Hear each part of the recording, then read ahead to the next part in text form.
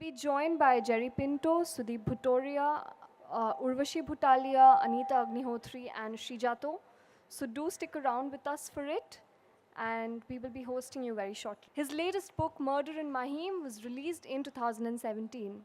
We also have Mr. Sundeep Bhutoria, who is a Rajasthan-born, Calcutta-based social and cultural activist whose name happens to be synonymous with the idea of social welfare and promotion of Indian folk art, literature, and culture.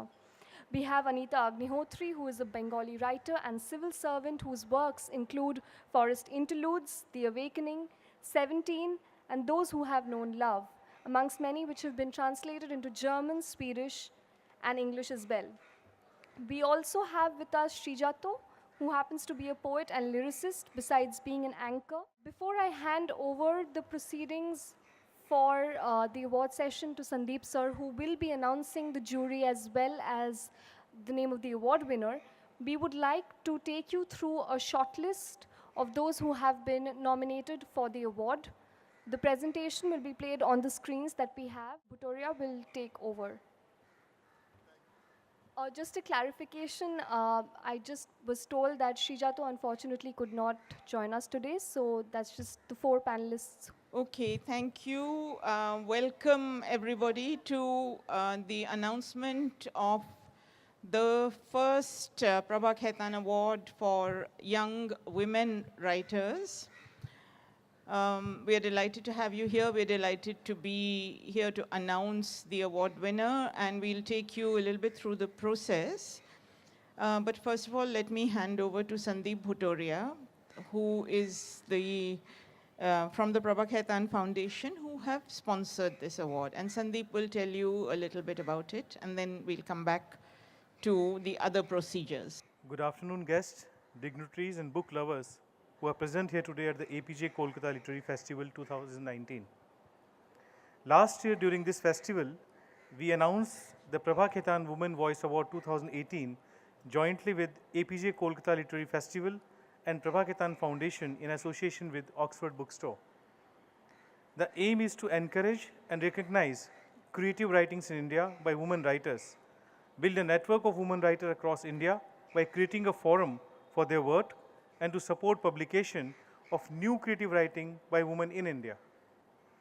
It is my pleasure to welcome the jury member of this award, which is Prabha Khaitan Women Voice Award 2018, Urvashi Butalia, Jerry Pinto, Anita Agnihotri, and Anjum Katyal, whose presence we are missing today.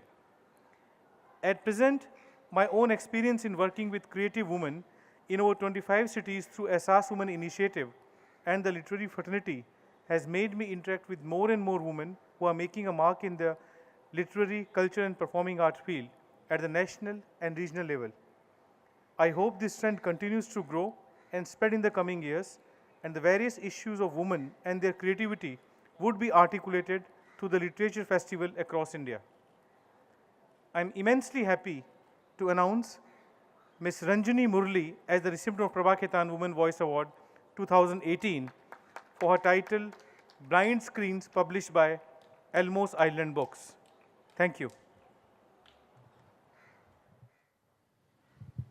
Thank you so much, Sundeep. We're going to talk to you a little bit about the, what the jury looked at and how we came to the decision. But before we start to do that, I would like to ask Anita Agnihotri, who is with us, who's a well-known writer, to read the citation for Ranjani. Anita, if you would.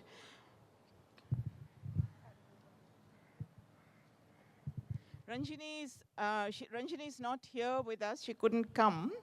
But representing her is another well-known writer, Sharmishta Mohanty, who's in the audience. And we'll ask Sharmishta to come up to receive the award and to read a little bit to us from Ranjani's work. Anita. She's a publisher, yeah. Ranjani Murali's lines are usually triggered by immediate experience or by an experience intentionally recollected to stress its immediacy. What actually happened? What body and mind experienced at a particular time? Considering the range of subjects she covers, the risks Murali takes are many and skillfully faced. Her subjects are starkly contemporary, terrorists, abandon, Alcatraz, Tamil movies, sexual harassment, our daily newsfeed, but which in her world are also tropes of entrapment. Her escapes or attempts to escape are through real or imaginary flight. The sky is her savior, Adil Jasawala. Ranjini Murali, a poet and educator, grew up in Mumbai and Coimbatore before moving to the United States to study and teach. Currently living in Chicago, USA, she received her MFA in poetry from George Mason University in Virginia, where she taught creative writing workshops and introductory writing courses. In 2011, she received the Varman Studio Center's K. Evans Poetry Fellowship and the Archie D. and Bertha H. Walker Foundation Scholarship in Nonfiction from the Fine Arts Work Center in Provincetown, Massachusetts. Her poetry, nonfiction, and translations have appeared in Nth Position, Cura, Cricket Online Review, Pratilipi, Kartika Review, and elsewhere. Her collaborative poetry projects were exhibited at George Mason University's Fall for the Book Festival in 2010 and 2012. In 2014, she was chosen as the winner of the 6th Srinivas Rayaprol Poetry Prize from a field of 175 contestants. This award recognizes excellence in poetry written in English by poets in the age group of 20 to 40 years. She won the inaugural Almost Island Manuscript Competition in 2015 and the Editor's Choice Award from the Great Indian Poetry Collective in 2016. Her most recent award is the Prabha Khaitan Women's Voice Award 2018 for new women writers. Ranjini Murali's first book of poems, Blind Screens, was published by Almost Island at the end of July 2017. Her second book of poems, Clearly You Are ESL, won the Great Indian Poetry Collective's Editor's Choice Award and is being published by them. She currently teaches writing at Harper College. Thank you so much, Thank you. Anita. May I request Sharmishta, writer and publisher, to come up on stage? And if Anita and Sundeep, if you could hand over the award to Sharmishta. Okay, we'll all have, yes. Yes.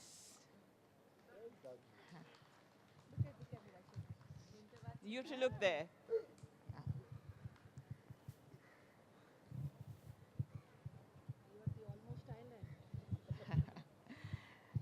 And Sharmishta, if you would read to us a little bit from Ranjini's work.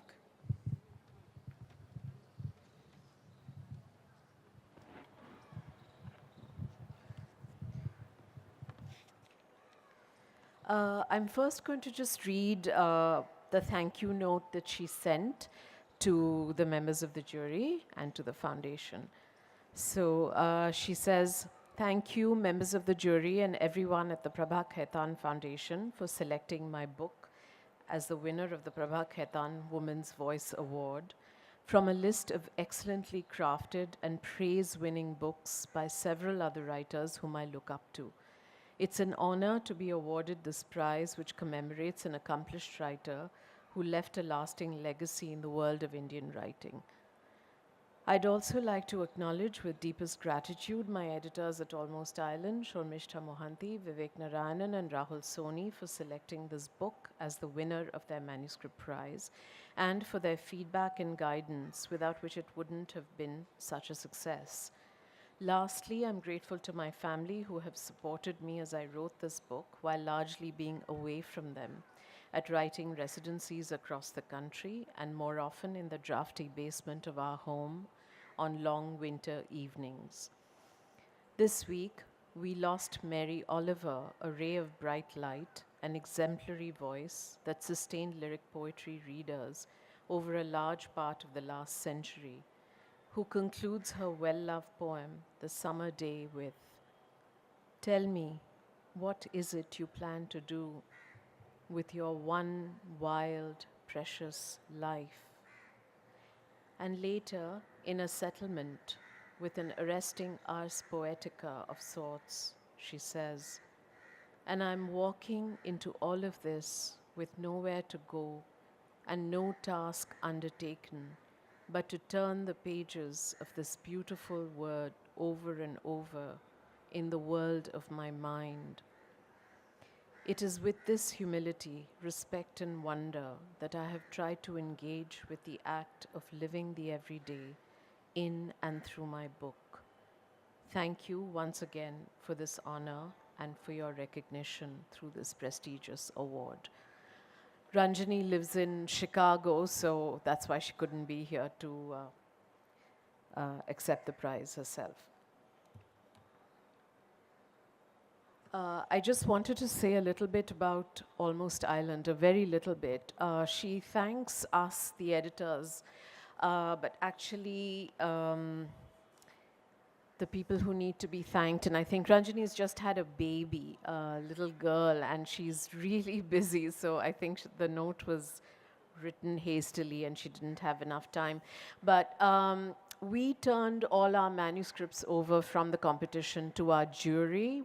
And the jury was Adil Jasawala, whom you all know, and the American writer Elliot Weinberger, who is a writer of prose poems, poetic essays, as well as a translator from the Chinese. And these are the two people we are very grateful to for having looked at all the manuscripts, made the shortlist, and finally chosen this book. We really did this manuscript competition in an attempt to find new voices. We also did, especially I really wanted it to be someone who is from the subcontinent. We had Bangladesh and Pakistan also as part of the area of the manuscript competition. And we asked for passport and citizenship details because we didn't want to give it to somebody who was living abroad or had a foreign citizenship. We tried hard. Ranjani moved to the States a few years ago, but you know. Also, we wanted to be absolutely fair and transparent, and I'm really glad that we had the jurists that we did. The last thing I want to say with great pleasure is we've published only 6 books, and with this, 2 of them have already won awards. Adil Jasawala's Trying to Say Goodbye won the Sahitya Academy Award a few years ago. Ranjani wanted me to read you the last poem from this book, which is a poem in 3 parts. So that's what I'm going to do. It's called Gliding. 1. 3 days ago, I watched my favorite theater burn to the ground, its livery of neon bulbs thrust into road lamps and defunct fire hydrants. The rivets on the roof ripped apart like a stockpile of bullet shells lodged in the watchman's throat. The soles of his rubber boots, the back of his throat that held the names of all the films running Full House. I watched a kite descend on the rubble, picking at copper wires that strung together the masks of my beloved character, the mime. He appeared at the end of all my favorite noir films at a window, flying a diaphanous kite stretching into the audience, almost, where my wings twitched slightly in anticipation of fanning out into the midnight lamplight, fluttering and ready to take off, to where my face dissolved slowly, my feet no longer caught in the spray of cracked hydrants. 2. My plea for flying often reeks of respite. I scrub voices in a news studio at night. Holding a yellow light over tapes, I watch for inconsistencies in smears of metal, blurs between carved frames. Today's story may be about mine laborers on strike, or the street worker who was run over by a yuppie, or the beer bars in coastal towns, in spots where damp clotheslines flicker behind a sweaty-haired reporter, while a marquee of stock crashes, flashes at the bottom. I trim the edges where the threat of background looms large, crows hurtling towards the cameraman's lunch, errant children stabbing the crew with plastic knives, filmy rape songs played on radios splicing sound bites. Not even once have I heard a still wind or the whistling of wild sparrows, as much as I have weeded out the sound of watching. 3. When I was 10, an itinerant brought on Sundays a bioscope into town, a gazette of birds skimming water as they landed on its surface, gazing sideways into the branches of a banyan, alighting, exiting caves, tunnels, frolicking on lily pads where the rainwater congregates in beads, pummeling berries the size of their nests, or sometimes simply nestling in straw, incubating eggs. I watched their faces closely, the trim of chins, the hardness of their beaks, the swell of their bellies, the contracting of frame from winged to stationary, the cloaking of eye with hood, webbing of feet with a tough hide. Years later, in the theater, I watched a heron pick a mackerel out of a swamp, and surprised, I watched as the hero shot it down from the riverbank. Another victory for us voyeurs, living as we were, on the edge of our reflections, our flight. Thank you.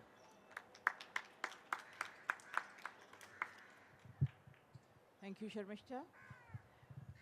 Ladies and gentlemen, just as Sharmishta has taken you through the process of Almost Island Books, the publishing house that published Ranjani's work, and how they came upon the selection of Ranjani's work as one of the books published through an open competition, we'd like to briefly now take you through the jury process and the story behind this award. First of all, Prabha Khaitan was a writer, a Hindi writer, prolific in the books that she wrote and published, and hugely successful. It is entirely appropriate that the first ever award for women's writing in India should be in the name of this iconic and unusual writer. Prabha Khaitan set the world of Hindi writing, the Hindi literary world, aflame with her insistence on living her own life as her own woman, and with her insistence on being quite frank about the kind of issues that the largely male world of Hindi literature does not talk about or does not like women to talk about. She set the world of Calcutta commerce, Calcutta business aflame with her insistence on becoming a businesswoman, hugely successful, but maintaining also relations with producers on the ground. And also, she set middle-class society in Calcutta aflame with her insistence on living her life on her own terms as an independent woman, writer, businesswoman, and a whole range of other things. Prabha Khaitan died some years ago, and since then her works have continued to be published in Hindi, but there hasn't been a great deal of translation. And Sundeep Bhutoria, whose adoptive mother she was, has instituted, along with Apeejay and Oxford, this award in her name. The idea behind the award, which carries a cash prize of 100,000 rupees, is to look at the work of new, emerging, young women writers in India. So if you are a writer like Anita, who has a long track record of books, you do not actually qualify for this award. The idea is to look at newer emerging voices. They may not always be young. So age isn't really, it's just that in our heads we associate new with young, but it may not always be young. And the idea is to also look at translations as much as to look at the mainstream languages. The jury this year looked at books submitted by publishers and at a shortlist prepared by the organizers, and then through a process of grading each book on certain criteria that were collectively discussed, we arrived at a list which had the top 3 or 4 titles. And then this was followed by a process of discussions in which we came to the sort of conclusions that we did. I think we were all delighted that a book of poetry should be the first one to receive this really prestigious award. And I'm going to ask each of the people on stage to talk a little bit, not necessarily about the award. I'm going to ask Jerry Pinto to talk about the process of the jury because Jerry was involved in it. And Anita, Sundeep, I'll come to you with slightly different questions. We'll have just a brief, about 20-minute discussion. So Jerry, if you'd like to talk a little about the process and what was interesting, exciting for you. It's always a little difficult when you know, if anyone asks me, why did you agree to be a juror? I never have an answer because it's really sometimes very difficult to say this book is better than that book or this is the best book of this selection. But often when you're not a jury member and someone else selects a book, you end up thinking, why did they do that? There were so many others. So when I'm asked, I generally agree because I feel it is stupid to stand outside and say, no, no, no, you know, we shouldn't do this. We're going to do it. There are going to be prizes. These selections are going to happen. You might as well be involved. And for me, being involved is the pleasure of receiving like a huge stackload of books and having to read them as part of a duty. It's delightful most of the time.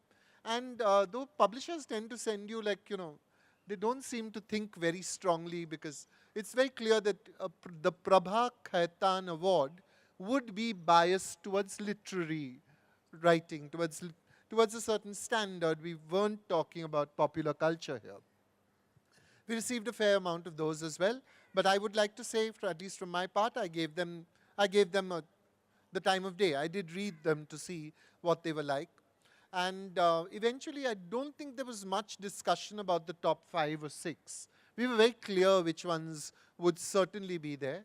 But after that, it began to get a little, it wasn't ever unpleasant because I think there were so many women involved. So women tend to make sure that unpleasantness, or at least they have a way of like dealing with this kind of energy that can be put up, because very often what you're doing is you're putting forward a view about a book, a very strong view about a book and a very strong view about not another book. So that tends to happen in juries, but ours was a very amicable thing, and eventually we came to it in the process that I think was really quite civilized and pleasant. I mean, and if I'm involved and it's still civilized and pleasant, then you can imagine that everybody was working very hard.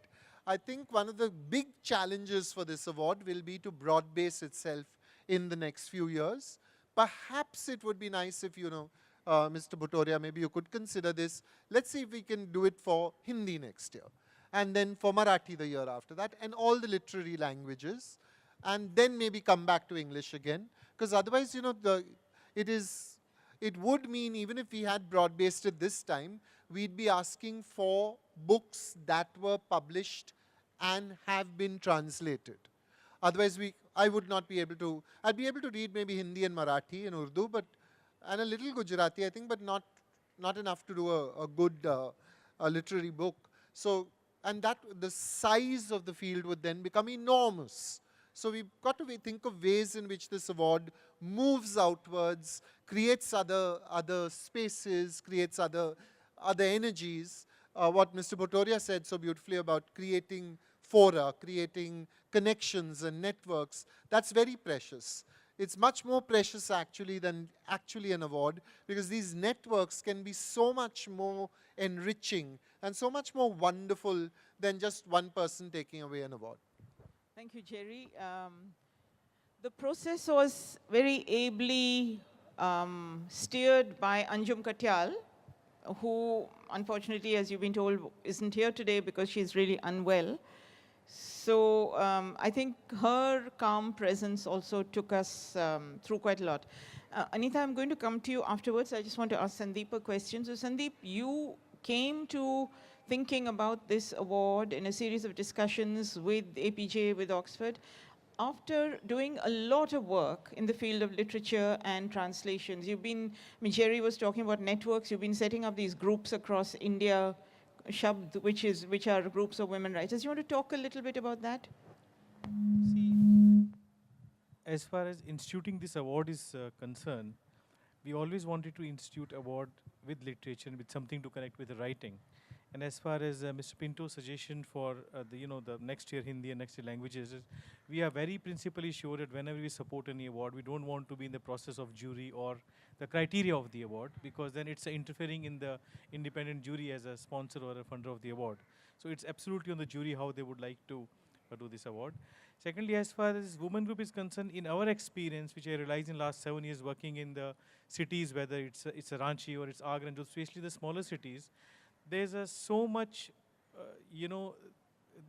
the hunger for the literature, and especially among the women group, because we run these small programs like Kalam, Loves, Right Circle, Authors Afternoon, with literary boutique saloon events for the various languages. And initially when we started it, we started tying up with the local NGOs, who are the prominent NGOs as our collaborators. But slowly we realized that the educated women who are there, and they are very well read because they have enough time to read in those small cities, because there's no such activities as such which is available in the metro cities. And we have formed this group called Ehsaas Women of India. And in last 2 years, our network is in 25 cities, and they all are the women on Ehsaas women who are like the known women of those cities. And then when we do the event, they are our front facer. And we realize that suppose the author is going to Jodhpur, author is going to Agra, or author is going to Ranchi, all those and the group is limited to 3 or 6 women as a front face. So they study the author, they do the conversation with the author, they discuss about the author, they spend the time with the author. So indirectly, not only the skilling them for organizing the thing, but also is empowering them to read and also to organize the things, which is I think we are success. I mean, today's our main strength, which we reached to 25 cities, and we're able to do the events in all the language every month in these cities, is because of the support women group we have in every cities. Thank you. Thanks, Sandeep. Anita, do you want to talk a little bit? I think some of the challenges also, how do you identify who's a new writer? What do you look at? But also the whole question of translations. What are your hopes for this award in the future? Well, I think, first of all, let me say this, that I'm very glad that this book of poems won this award, because I myself started as a young poet when I started writing. And then I also knew Shormishta, who is an excellent editor, and she got us involved in her Almost Island initiatives, which was a very rewarding experience of very different kind. But that apart, I think I agree with Mr. Bhutoria when he said that the jury should have the freedom to choose and nothing is imposed from outside. It is a good thing that you are talking about people who are writing new and may not necessarily be young. And one, of course, it is important to have a look at the books. We have to decide which language it is, and there's a cross-section of data on books available. And this can also be something like some institutions do, like have a wider circle where recommendations can come, or books which have been read and understood. There is a book in Bengali, we remember, Dayamoyir Itikotha. This lady Dayamoyi wrote this book when she was fairly advanced in age, 50s, and that was her first book. And the book is about the kind of life she had when she was in then East Pakistan, where she grew up, which is Bangladesh now. And the wonderful memories of a childhood where there was no feeling of, which community is, which she belonged to. And it is such a wonderful book. At the moment it was out, and it was shared by the first readers. It was brought out in a little magazine in Bengali. And it was circulated widely, and she also went for Ananda Purashkar that year. So there are lots of people who read in any society. I mean, people, I mean, if you take pan-Indian experience also, there are readers groups, there are little magazine groups who read and who can, probably have a wider circle of recommendation, and the, name can come from there. Of course, as what Jerry said, that a lot of books are sent by publishers, but probably now that the award has just established, it can be the word can go around what kind of books you are thinking of. Like if it has to be literally, then they need not send whatever they have on their shelves. That is one, and I would say that it is always going to be an enjoyable task because you end up reading. As Ravish said yesterday, we must keep reading at least 10 pages a day to have a sane society around us.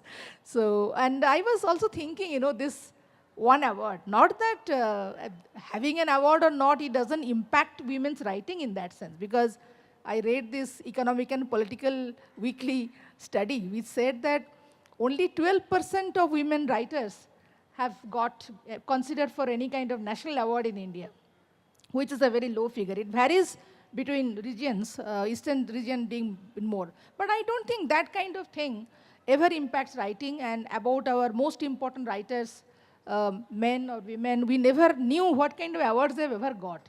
About Vibhuti Bhushan or Jivananda Das, what the awards they have got, we have never bothered. The book has to remain in memory. But at the same time, because it's an award made for, women who are coming up with writing, as a woman writer, I would always feel that we did need this space. It is not a kind of thing like women versus men, etc.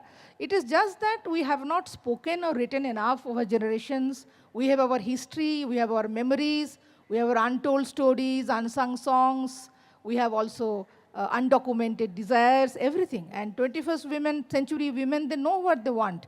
They're very clear about what they want and how they want to see life, what kind of place they seek for themselves. At the same time, they're also aware that there is a huge wall of resistance and aggression in India which is coming up against women who want to express themselves. They're also aware of that. But all said and done, I would say that is a very welcome step.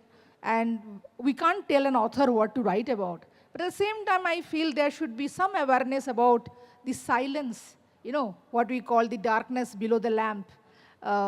Like there are so many millions of women who still don't speak a word, who are never heard or understood. So maybe there is, gradually their voices also will come up through poetry and prose and non-fiction writing. That much I can wish for today. Thank you so much. Thank you, Anita. I think thank you all very much. As you know, this is the first year, this is the first time, this is the beginning of this award.